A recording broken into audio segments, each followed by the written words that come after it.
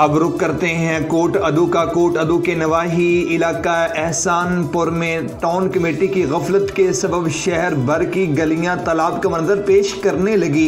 इलाका मकीनों के लिए शदीद परेशानी का सामना, कोई पुरसाने हाल नहीं। रिपोर्ट कर रहे हैं हमारे चीफ रिपोर्टर बाकर हुसैन। सेवरेज का कोई प्रोग्राम को नहीं, नाले पानी खड़े थिया, आवन वञण वास्ते मसला थींदे। लिहाजा ये आला हुकाम को अपील है कि निज़ाम दुरुस्त किया वञे। हाँ, टाउन कमेटी के जितने भी इंतज़ामिया हैं, कोई भी इसी की सफाई करने के लिए या इसके निज़ाम बेहतर करने के लिए आज तक कोई दरामद नहीं। कोट अदू के इलाके एहसानपुर में सीवरेज सिस्टम नकारा। Government girls high secondary school की गलियां तालाब का मंजर पेश करने लगी। स्कूल आने वाले तालबात के लिए शदीद परेशानी का सामना। गंदगी की वजह से शहरियों में तापन फैलने लगा।